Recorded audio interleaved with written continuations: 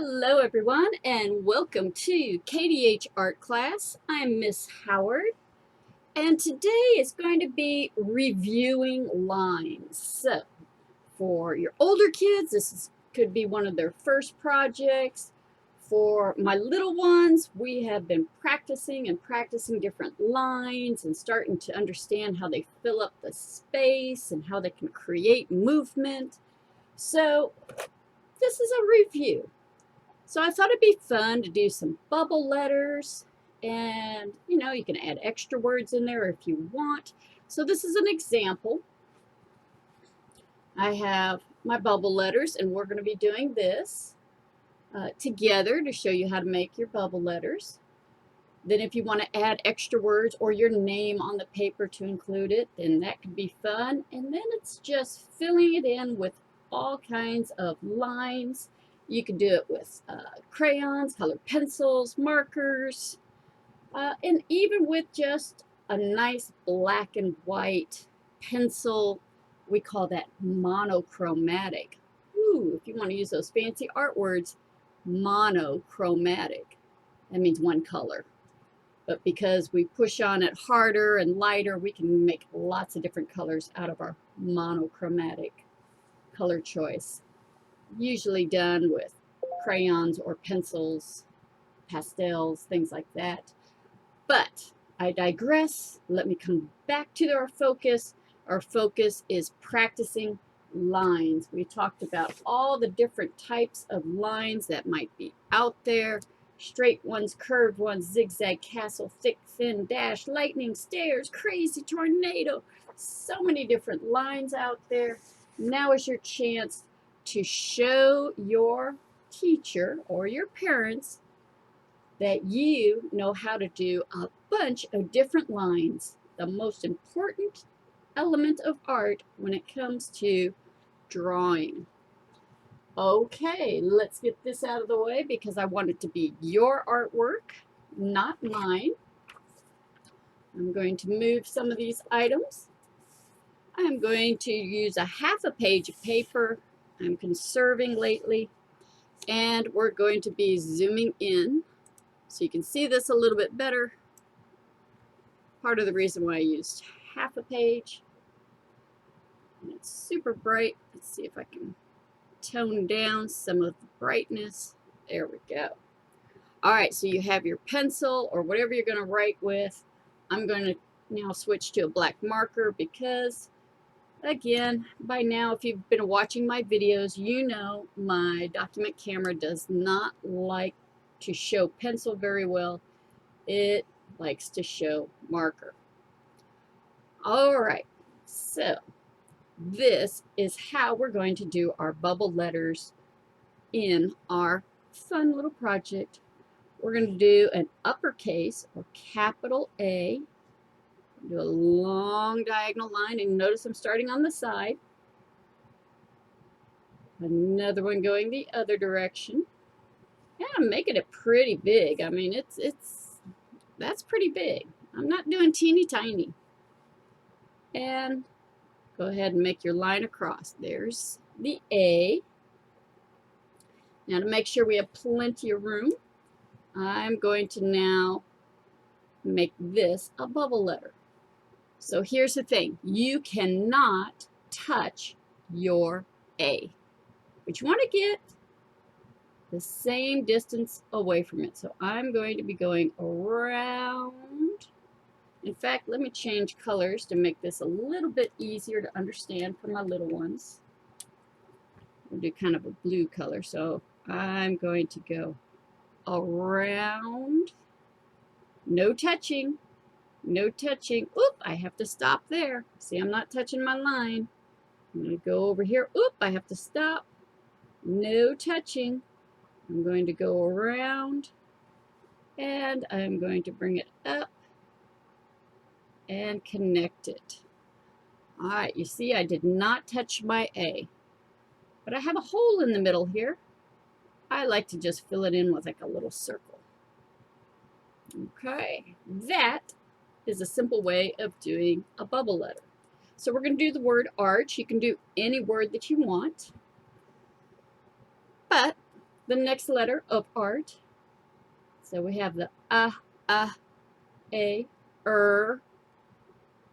is the R. So I'm going to kind of come to the middle. And I'm not going to go straight across. I'm going to drop it down a little bit because that's just more fun looking. Make a nice long line. Not too close because remember we're going to make our bubble go around it. There's kind of this rainbow curved line that comes halfway. And he's got a leg sticking out.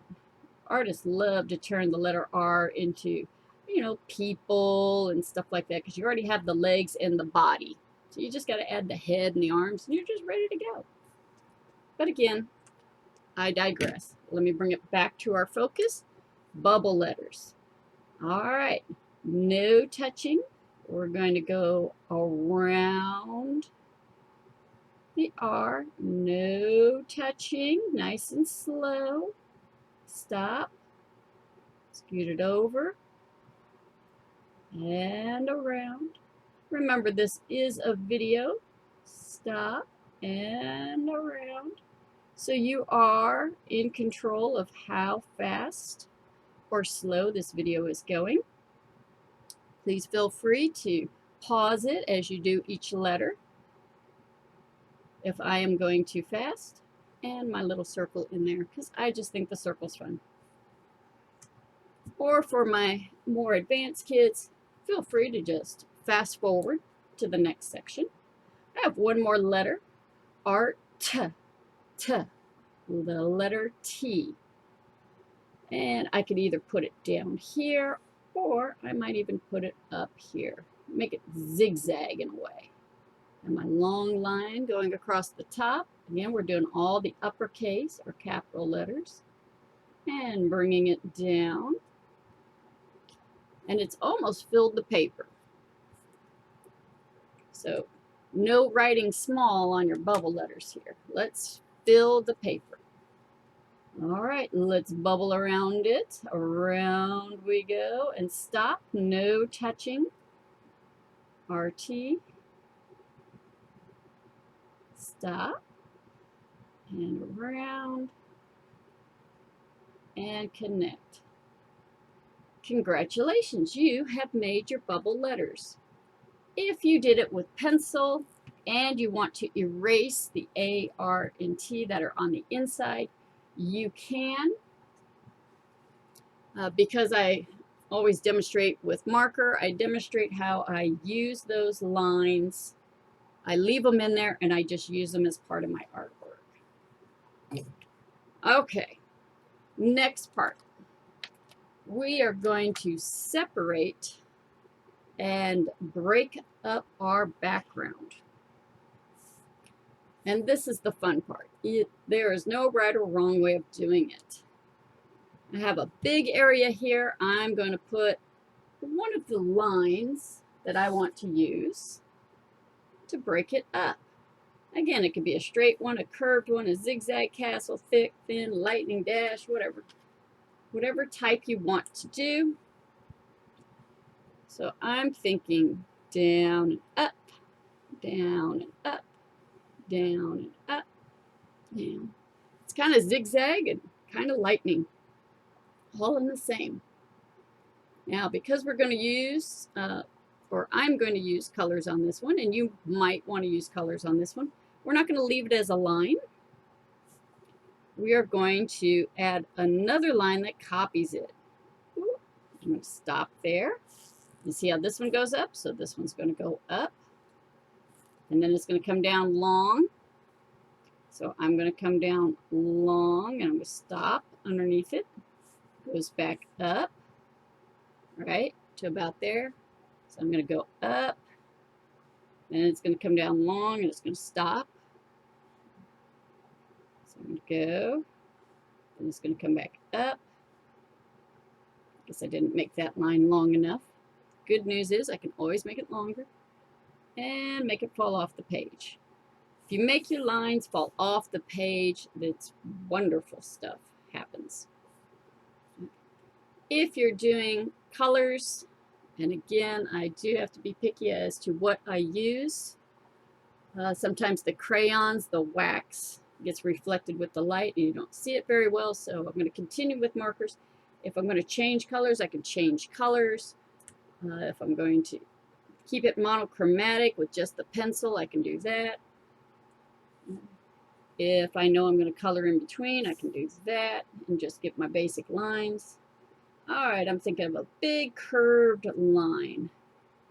But, uh-oh, my T's in the way, so I'm going to stop, jump over to the other side, and finish up.